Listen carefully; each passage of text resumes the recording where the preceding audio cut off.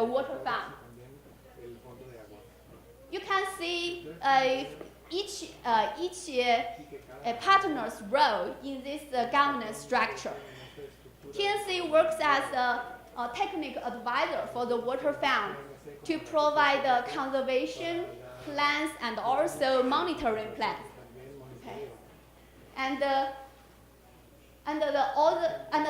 water fund trust account was established under a financial company. And the water fund run all the business activities and also conservation activities. The farmers has two roles in the water fund. First, they are the investors, and they have the right to get their payment and also financial returns. And second role is they can provide the labor force and get their salary. So we mainly done three kind of conservation business. First, we built the natural education center to educate the public there. And the second thing is we use the company to run this green bamboos to sell it at a higher price and to get the money. And the third activity is working with the local NGOs there. We can have some ecotourism and make money from that. So the Nongwu Water Fund works well. Up till now, we have 20 farmers join the water fund and protect 20 hectares of bamboo forest there. And we have earned 1/3 of the investment. And the monitoring data also shows the water quality in the Nongwu Reservoir improves a lot. And the baseline shows these three indicators exceed the drinking water standard. But in 7 months, and only total nitrogen exceed the standard. So two of them has improved significantly. So to summarize, there are many common sense shared with other water funds all over the world. But I would like to highlight two unique features in the Nongwu Water Fund. One is in the Nongwu Water Fund, the farmers they are both water users and also the potential water quality improvement suppliers. So it's very hard to get money from them and then for the conservation. That's why we want to build such a self-sustained business model to help the water fund and make it run by itself. And the second point I want to highlight, also similar to the Nairobi Water Fund, is we put the goal to improve farmers' livelihood as the second important role for our water fund. Actually, farmers are the biggest benefactor for the water fund. First, they will get a constant annual pay from the water fund, no matter what kind of situation is the water fund. And the second is they can get interest return if the company can make money. And the third thing is they can provide their labor service and get their pay. Besides Nongwu Water Fund, we are also moving forward with the water fund at a medium and large scale. And we are still facing a lot of challenges. There are the three big headaches for us. Like the uncertainty, we studied the feasibility study for the large water fund now. And we find, we use the model of SWOT. But I also learned from our colleague here that the investor can also be used. And some of them would like to compare the results from both of them. So if that comparison, like they have a great difference, what can we do? We are still not sure about this part. And the second issue is the greatest issue in China to set up a water fund is the biggest water beneficiary, water utility company in China. They don't have incentive to donate to water fund. They think they are always thinking it's government's responsibility to do so. It's none of their business.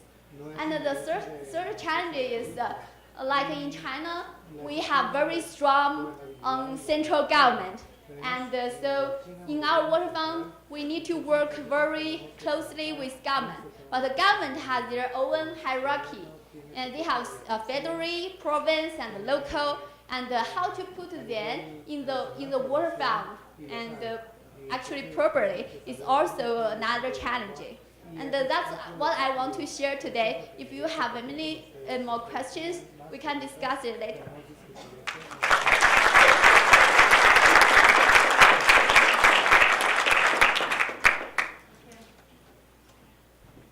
I'm going to have all of our panelists come back up, and we'll do a little Q&A and discussion. So the audience participation part is coming. We have about a half an hour, I think. And in particular, we're going to think about things that may be different or similar between our experiences here in Latin America and what we've learned today from these funds. And we might even try to help Muchuen out with some of her problems and the challenges that she just told us about. I'll take one more. Okay. Yeah, could we get the screen off behind us so we're not looking into that? That'd be great. Okay, join me. Have a seat.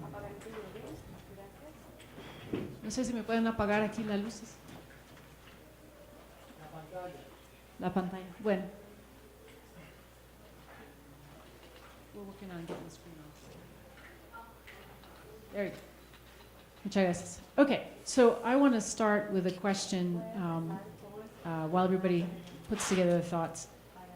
Can you, and I'll look first to the two for Eddie and Laura who are further along. What has worked in the watershed model that you have adapted from the Latin American experience, and what just does not work? That is really something that you've had to do something very different. Eddie, would you like to start? What has worked for us is mainly the issue of partnerships.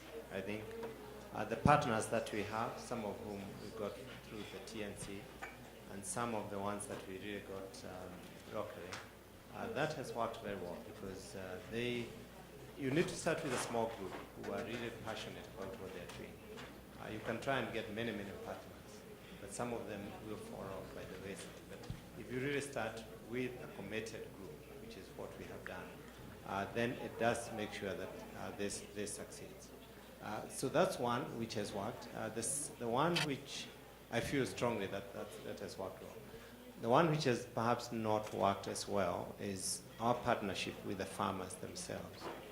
Although they're there, but obviously they take a little longer to understand the concept and what is the benefit for them. They don't see the benefit immediately, and therefore we would want, what we would have wanted is to find more farmers who are champions of what we're trying to do. We haven't really had as many as we would have wanted. There are few, but that's something which I feel that we need to do more communication as far as the farmers to know what is it in there for them at the end of the program or during the program as we proceed. I would have partnerships also first on the list, but in addition to that, the connecting of the upstream land and water base to the downstream water user is something that we would never have thought of without the Latin America model, and that has become extremely effective for us in New Mexico. On the what's not been so useful side is probably the governance models. When we got to the phase of governance models, a lot of you received phone calls and emails from me. I was kind of desperate to find a governance model that I could use. And then it became clear that I wasn't going to find one that was exactly right for our situation and our institutions. And so instead, using the partnership, I assembled kind of the right set of partners to create a new institutional framework or a governance framework for our particular water fund. Anything you'd like to add to that here, Louise, or one more try? Yeah, you mean the great challenges for establishing water fund in China, right? Right. Yeah, I have listed a few, and I'm very confident with the water fund model in terms of the farmers' partnership. Yeah, because we have very good incentives for them, but we are still worried about the governance structure and also the partnership built that part I have listed. Well, I can't share any experiences, but what I can share is what was very valuable for me here. That is, there's no one size fits all. Because often when you're faced with a new thing, there's always some structure that you think, okay, this is the blueprint, this is what you need to follow, but there is nothing. So it's almost a custom-made government system, and what works for one would not necessarily work for the other one, but there's something to learn from every experience that we've listened to over the past few days, or the past day and a half. So questions out here. Let's go this way. Yeah, Christian. Okay, I'll just speak up. So I was wondering, we heard different scenarios here, but I'm wondering about financial sustainability. Hang on a second, Christian. They're hoping to be able to translate you. So you all talk about how these funds come to an end, but at the same time you also talk about funding coming in. There's some kind of reflow structure in some of them, some not. So I'm just wondering how you talk about consolidation after 5 years, but if there's still money left, I mean, my hope that this would be a more, continuous thing and not a 5-year or 3-year, whatever. That you put the money in and it reflows, and you would have, small replenished funds in the different countries. Otherwise, it's not really sustainable. I would love to hear some, So the reflections on that. the question is The it question the is, intent for it to Are be a they permanent? replenished, or are they sinking funds?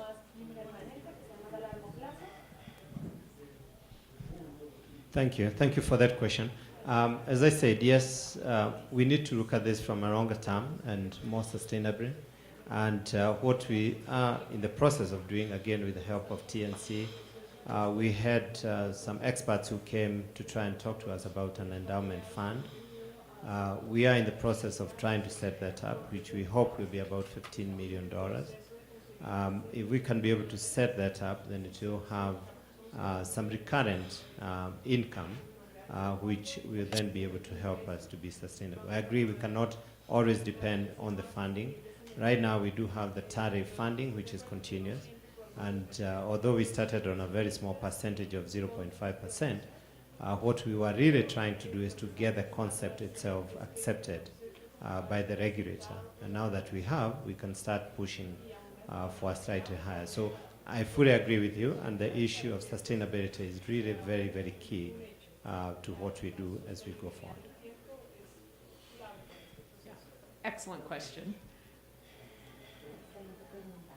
For the Rio Grande Water Fund, we have multiple strategies for sustainable funding, and two that we've really been spending the majority of our time on. One is the downstream city that has the majority of water users. We've already done polling, and we know that people are willing to pay more than the amount that we need to sustain the fund, but the water utility isn't quite there yet. Rather than alienate them by hitting it hard and having them say no, we've been bringing them along slowly. It's been a multi-year process. So far, they've actually never said no to anything that we've asked for, and they're now in the process of working on a 100-year strategic framework that for the first time is considering where the water's coming from. They have identified now their top 10 strategies, and 2 of the 10 are watershed management. This will be approved by their board of directors in December, and then in January of 2017, it will go into the budget cycle. So I hope, were I here a year from now, that I would be able to say that we then have a sustainable, long-term, perpetual, really, commitment from the city. Our second strategy has been statewide legislation, and we got very close. We actually had a bill passed unanimously by our state House and Senate to provide long-term recurring funding for watershed restoration. However, we got a wire crossed with one individual, and sometimes that's all it takes, and the bill was vetoed by the governor. So we hope we're approaching it completely differently this year, and we're hopeful that we might be able to get that legislation passed this time. Was that the same governor that gave you the award? Nice. Give it back. Would you like to share something? Thank you for the question. I have 2 points to share. One is we realized it's really hard to get such a permanent water user donations in China. That's why we want to make a business water company to run the business and make profits by itself. So in the long term, we would like to have a combination funding source from both water user donation and also water company profits. So either way can make it, yeah. And the second point I want to share is we will make the water fund very transparent, and then it can attract more members to join. So hopefully we can make it in the long term. I was grappling with that question because I believe that any donor would like to see what are you putting into it. And it's all about sustainability. We know we're going into financial hard times. And to show the willingness from the city of Cape Town in this case, the city of Cape Town already pays a levy to the national government for managing those dams. And I thought that if we can get the water funds and show the results of water funds and the contribution to improving sustainability, we might be able to take some of that money and put that towards the water fund. And also, we're already spending a lot of money by maintaining those boreholes. So if we can have better practices in place, instead of paying towards maintenance, try and make an economic case for what we're currently paying and say, okay, instead of paying that towards almost a reactive fund, use some of that money, put it in the water fund to manage the ecological infrastructure. And the cost will come down over time, because initially we will spend a lot of it on invasive plant control.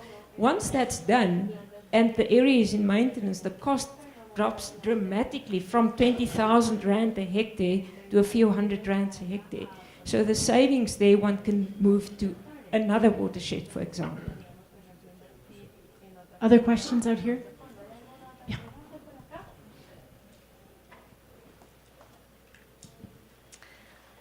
Thank you so much for sharing your experience. For us in Latin America, it's very interesting to see how the model in Latin America is being upscaled in other regions. And thank you for sharing with us briefly what are the problems in your areas and what you were trying to address.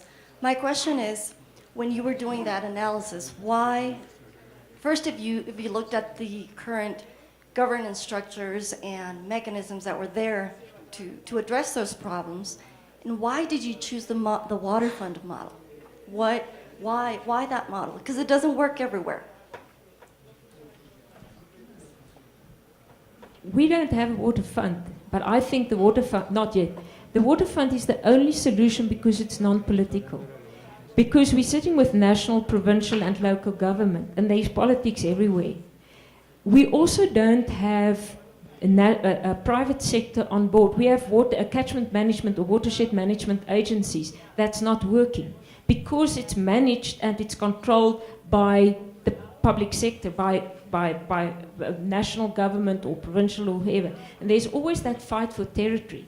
I believe a water fund gives you that platform of neutrality that people can identify with. If I may, the Kader Asmal project is a project that we launched in Cape Town. I'm in environmental resource management. And we're working across all different departments in the city because we gave something a name that doesn't belong to the city.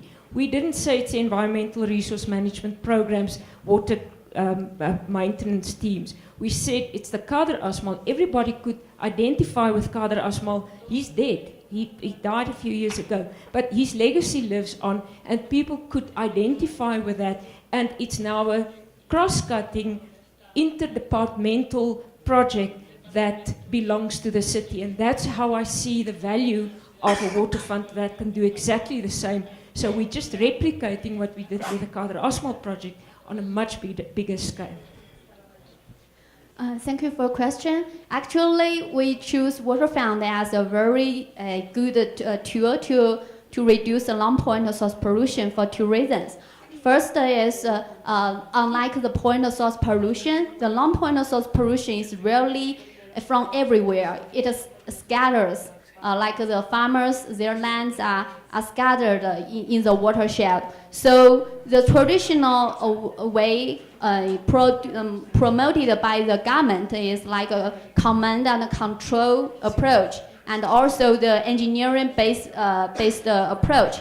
That's not effective for the agriculture, fertilizer applications, such issues. That's why we see the water fund as a very efficient management mechanism to reduce this pollution. And the second reason is, as I said, the Chinese government is very powerful and they control everything. They also reduce the water pollution by themselves. So even if the Chinese economy is increasing all the time, but it still can be an issue in the long term. They don't have sustainable funding. So they realized that issue and want to involve the private companies to join them to reduce the pollution. But the private companies, they don't have willingness. Why I have paid you the tax? Why should I donate more money to do your responsibility? So water fund is a very efficient way and have deep roots in the markets to involve the private companies to join the water protection. And the third reason is in the past, the government reduced the water pollution, but they don't have any benefits for the farmers. They only do some great projects and give companies a lot of money, and all they do it wrongly. Like if they want to reduce the non-point source pollution, they even subsidize the fertilizer producing companies. That makes sense worse. They do it wrongly. So so we try to use water fund and reduce the water pollution, and at the same time we benefit farmers the most. As Andrea mentioned, my first job with the Nature Conservancy was as a policy advisor, and we had been working on this problem of large-scale wildfire and how to increase the pace of restoration, and actually got a bill passed by the United States Congress in 2009, which was remarkable, but it actually didn't solve our problem. We got 5 years into it and realized that the bill was, legislation was not going to be the answer.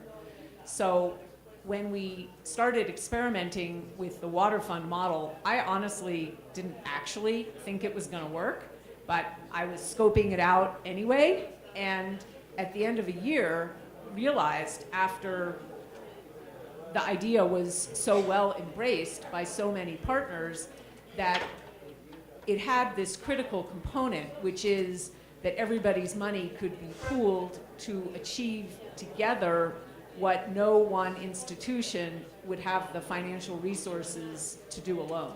And I think that was the selling point. I think the reason why we chose the water fund as a model is the fact that it is really the only model that we found which could be a win-win for everybody. You're talking about water supply from an area where you have a lot of farmers, and we do want those farmers to feel that they are part of the process. Then it's going through to the water supply downstream, and those people sometimes do not appreciate where that water comes from or what they need to do.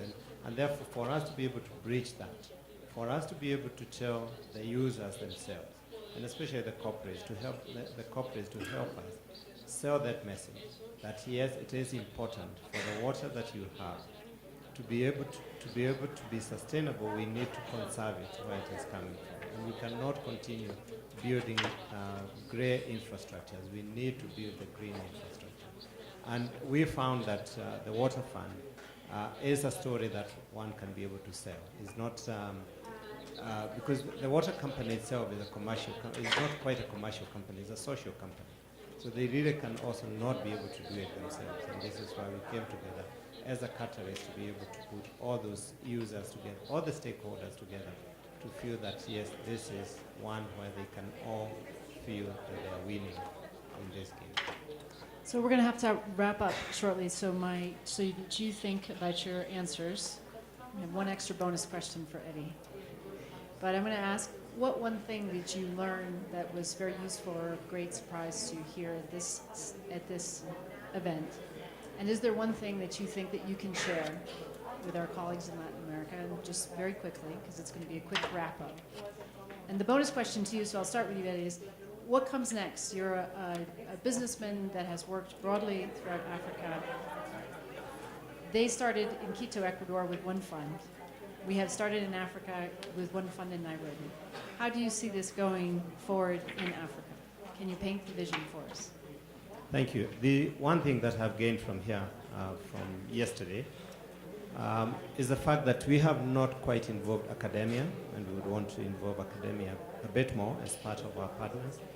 We have several universities that we hope that we can be able to get them on board. What we feel that we can share with our Latin American friends is the fact that, yes, in terms of the projects themselves, we still need more help from them. That's really what I would want the message. Send help? Yeah, we do. We do need help still. In terms of going forward, I feel that yes, Nairobi is the first one. We now have Cape Town coming. We are really hoping